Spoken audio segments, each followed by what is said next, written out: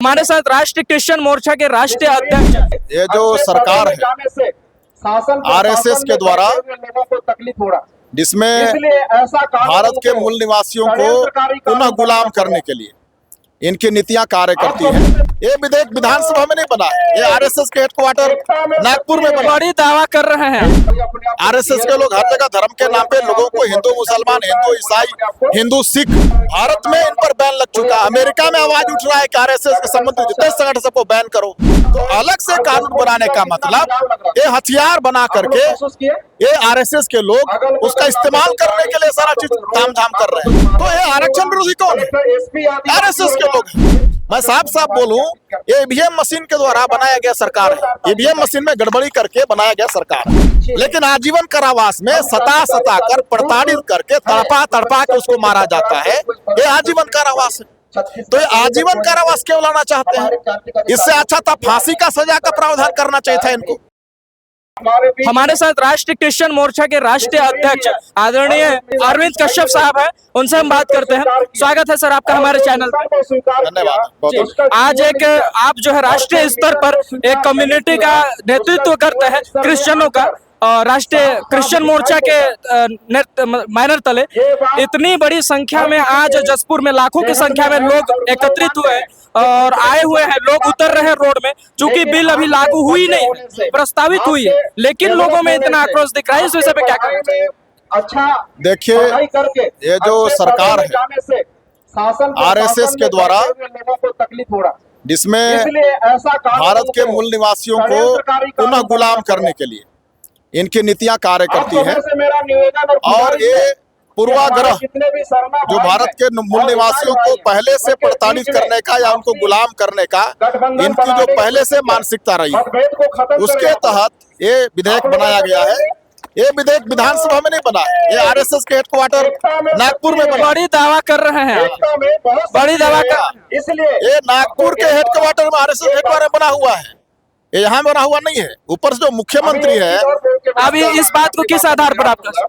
क्योंकि वहाँ पे धर्म की बात, धर्म से लड़ाने की बात आज से तो नहीं हो रहा है, सदियों से हो रहा है, दशकों से हो रहा है। जितने भी दंगे फसाद हुए जिसमें आरएसएस के लोग पकड़े गए, तो ये सबूत है कि धर्म के नाम पे लड़ाने का जो पूरा ठेका है आरएसएस का है। आरएसएस के लोग हर जगह धर्म के नाम पे लोगों को हिंदू मुसलमान, हिंदू ईसाई, हिंदू सिख, है ना, और हिंदू और पता नहीं गाय के नाम से कभी किस नाम से लड़ाने का काम करते हैं। तो इनका जो मन स्थिति है, इनका जो विचारधारा है, देश को तोड़ने वाली है, देश की एकता अखंडता पर प्रहार करने वाली है, यहाँ के लोगों के अधिकार को छीनने वाली है, संविधान को न मानने वाली है। आपको पता होगा ये लोग तिरंगा झंडा तक नहीं फहराते थे। तो ये किस तरह से देश की एकता अखंडता के लिए खतरनाक है। भारत में इन पर बैन लग चुका है। अमेरिका में आवाज उठ रहा है कि आरएसएस के संबंधित जितने संगठन सबको बैन करो। तो इससे पता चलता है कि ये देश के संविधान के खिलाफ में काम करने वाले हैं। ये जो कानून है जो लांछन लगाने की कोशिश कर रहे हैं, संविधान में पहले से है। प्रलोभन से, लालच देकर, दबाव बनाकर, डराकर, धमकाकर किसी भी रूप में किसी का धर्मांतरण अगर किया जाता है, कराया जाता है, तो ऐसे ही अवैध है, उसके लिए सजा का प्रावधान दिए। तो अलग से कानून बनाने का मतलब ये हथियार बना करके ये आरएसएस के लोग उसका इस्तेमाल करने के लिए सारा चीज ताम झाम कर रहे हैं। और एक आदिवासी को मुख्यमंत्री के रूप में बैठा दिया गया है, बैठा करके ये लोग उनका दुरुपयोग कर रहे हैं। आदिवासियों के हक अधिकार को छीनने के लिए अब आदिवासी धर्म के नाम पर लड़ेगा। 5वीं अनुसूची खत्म होगा, डिलिस्टिंग का मांग किया जा रहा है, डिलिस्टिंग होगा, 5वीं अनुसूची खत्म। जो 5वीं अनुसूची खत्म हो जाएगा, ना विधायक बनेंगे, ना सांसद बनेंगे, और न ही जो भी संवैधानिक पद जो लोगों को मिल रहा है वो भी नहीं मिलेंगे। आरक्षण विरोधी कौन है? आरक्षण विरोधी क्या ईसाई लोग हैं? आरक्षण विरोधी क्या मुसलमान लोग हैं? क्या सिख लोग हैं? क्या लिंगायत लोग हैं? कोई भी नहीं है। तो ये आरक्षण विरोधी कौन है? आरएसएस के लोग हैं, और जो हिंदू के नाम पर भारत में पुनः कब्जा करना चाहते हैं और अपने मनमानी और इस देश के लोगों का अत्याचार करना चाहते हैं, ऐसे लोगों का ये समूह है। इसका तो विरोध होना ही पड़ेगा। आज यहाँ पर जो लोग आए हैं, ईसाई समुदाय, पिछड़ा वर्ग समुदाय, आदिवासी समुदाय और अन्य धर्मों के मानने वाले लोग यहाँ पर हैं। धर्म को न मानने वाले लोग भी यहाँ पर है।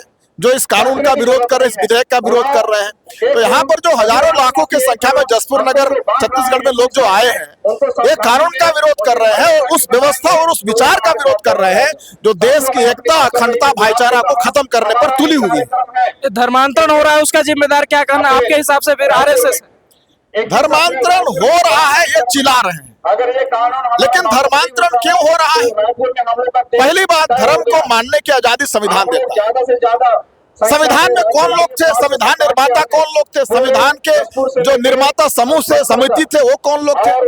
तो उसमें जो मूल निवासी या उस समय के विचारधारा के लोग थे जो भारत को एकजुटता में रखना चाहते थे, भारत को समृद्ध बनाना चाहते थे, भारत को ताकतवर बनाना चाह रहे थे, उस मानसिकता के लोग थे जिन्होंने सभी को समान अधिकार, धर्म मानने के लिए, नौकरी करने के लिए, पढ़ने लिखने के लिए, सब कुछ करने का समान अधिकार दिलाया। अब ये जो आरएसएस मानसिकता के लोग हैं, इनको आपत्ति है कि समान अधिकार नहीं मिलना चाहिए, लोगों को समान रूप से अधिकार ना मिले, धार्मिक अधिकार भी ना मिले, उनको नौकरी करने का अधिकार ना मिले, शिक्षा का अधिकार ना मिले। ये तो इनके मानसिकता में पहले से रही है।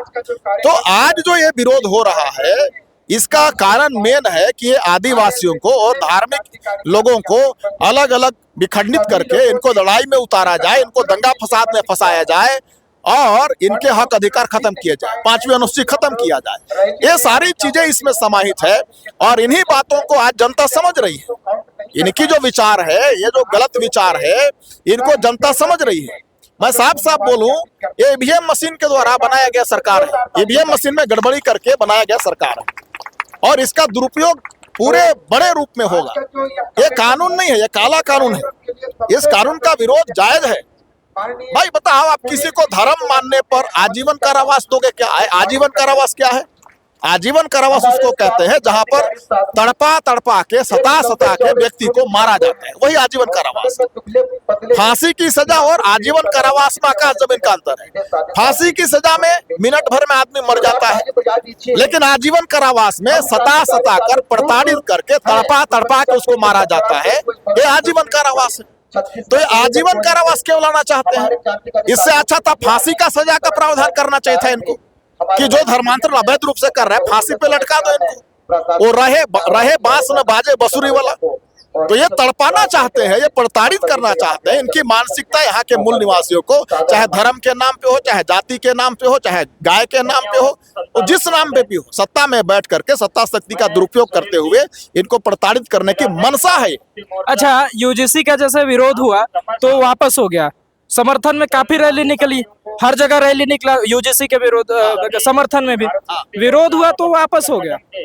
अब इस विधेयक का, इस जो विधेयक है अभी आप लोग जिसका विरोध कर रहे हैं, ये लागू हुआ नहीं, फिर भी विरोध हो रहा है, तो क्या लगता है ये लागू हो पाएगा?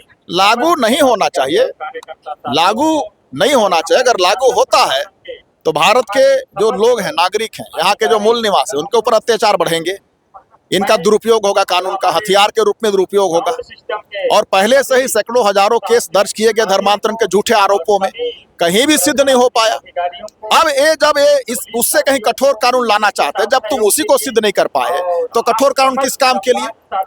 इसका मतलब सीधी सी बात है कि आप लोगों को जो मौलिक अधिकार मिले हैं संवैधानिक रूप से, उसको तुम रोकना चाहते हो, उसको कमजोर करना चाहते हो। वास्तविकता बात यह है कि हिंदू धर्म जिसको कहा जा रहा है वो हिंदू धर्म नहीं है, वो तो ब्राह्मण धर्म है। इसलिए कि आपको पता होगा अगस्त महीने में कि यादव जी कथा वाचन कर रहे थे यूपी में, है ना, इटावा जिला में, उसका सिर मुंडा गया, उनको इतना बेइज्जती किया गया, एक ब्राह्मण महिला के पेशाब से उसकी शुद्धिकरण की गई। यादव समाज क्या उसको इज्जत मानेगा कि इज्जत किया गया ब्राह्मणों के द्वारा? ब्राह्मणों ने कहा ये हमारा धर्म है, आप इस पे कथा वाचन नहीं कर सकते। अंग्रेजों के समय भी, मुगलों के समय भी उन्होंने हिंदू हैं कह के स्वीकार नहीं किया, हम ब्राह्मण हैं कह के स्वीकार किया। और आज जिस धर्म को थोपना चाहते हैं हिंदू के नाम से, वो हिंदू धर्म नहीं, वो ब्राह्मण धर्म है, मनुस्मृति का धर्म है, और उसको वो थोपना चाहते हैं और पुनः जातिवादी उच्च नीच ये फैलाना चाहते हैं, उसको स्थापित करना चाहते हैं। देखा, याद रखिएगा, मनुस्मृति में जो प्रावधान था, यहाँ तक कि मूल निवासियों को चलने के लिए, बोलने के लिए अधिकार नहीं था। ये क्या है? वही है, धीरे धीरे वही कर रहे कि आप ये नहीं मान सकते, आप ये नहीं खा सकते, आप ये नहीं पहन सकते, आप यहाँ नहीं चल सकते। अगर चलोगे तो पीछे झाड़ू बांधना पड़ेगा, यहाँ थूक नहीं सकते, थूकोगे तो जगह पवित्र हो जाएगा, इसलिए तुम हांडी बांध लो। धीरे धीरे वही चीजें हो रही हैं। तो जो लोग इस धर्मांतरण विधेयक से खुश हो रहे हैं ना, आदिवासी हो जो हिंदू बन गए, पिछड़ा वर्ग के लोग जो हिंदू बन गए, एससी समाज के हिंदू बन गए, वो खुश हो रहे होंगे। नहीं, ये तो ईसाई मुसलमानों को कमजोर करने के लिए, उनको रोकने के लिए बनाया जा रहा है। याद रखेंगे, वो हांडी और झाड़ू उसकी तैयारी है। आप समर्थन करो, आने वाले समय में तुमको झाड़ू बांधने के लिए मजबूर करेंगे। तुम्हारे आरक्षण का विरोध यही लोग करते हैं, तुम्हारे विकास का विरोध यही लोग करते हैं, तुम्हारे शिक्षा का विरोध यही लोग करते हैं। आज मिशनरियों का विरोध इसलिए होता है कि मिशनरी इस देश में शिक्षा के क्षेत्र में, स्वास्थ्य के क्षेत्र में बड़े पैमाने पर काम कर रहे हैं, जिनका लाभ भारत के गरीब, कुचले, दबे लोगों को मिल रहा है। ये नहीं चाहते कि दबे कुचले लोग आगे बढ़े, और शिक्षा का जो स्तर है वो मिशनरी स्कूल में अच्छा मिलता है। तो शिक्षित होंगे तो लोग सवाल खड़ा करेंगे, तो शिक्षित ना हो इसलिए उनको बदनाम करके धीरे धीरे उनके संस्थाओं को रोक लगाने बंद करने का भी ये मामला है। बहुत बहुत धन्यवाद आपका। ये थे राष्ट्रीय क्रिश्चियन मोर्चा के राष्ट्रीय अध्यक्ष, राष्ट्रीय स्तर के कार्यकर्ता थे, जो आज इस जसपुर के महारैली में शामिल हुए थे। और एक बार भीड़ दिखाइए, एक बार भीड़ दिखाइए हमारे दर्शकों को कि कितने लोग इस रैली में शामिल हुआ था। भीड़ दिखाइए एक बार, लाखों की संख्या में लोग थी, और उधर भी था। हम दूसरे कवरेज में हम दिखा भी चुके हैं कि कितना लोगों में आक्रोश है इस बिल को लेकर के। लोग इस बिल का इतना विरोध कर रहे हैं। परसों ही रैली था कुनकुरी में, और आज भी लाखों की संख्या में दावा किया जा रहा है। कितनी संख्या से? मुझे लगता है कि लाख से ऊपर होगा संख्या, क्योंकि पूरा जसपुर का पूरा सड़क पूरे फुल था, कहीं चलने के लिए जगह नहीं था, और लगभग एक राउंड जसपुर के एरिया को कंप्लीट किया गया, और ये इतना बड़ा संख्या वो लाख से ऊपर था सर। इनके द्वारा दावा किया जा रहा है कि लाखों की संख्या थी। और एक बार मैं दिखाना भी चाहता हूँ कि ये देखिए, ये पूरा भीड़ यहाँ पे बैठा हुआ है। ये जो केवल बैठा हुआ भीड़ है, लेकिन इसके पीछे खड़े हुई भीड़ उधर आगे है, और उसके उस पार भी लोग चल रहे हैं। इस तरीके का ये जो विरोध प्रदर्शन आज का था। दर्शकों और भी बने रहिए, कुछ लोगों का इंटरव्यू करेंगे। इस चैनल को सहयोग कीजिए, सपोर्ट कीजिए। धन्यवाद।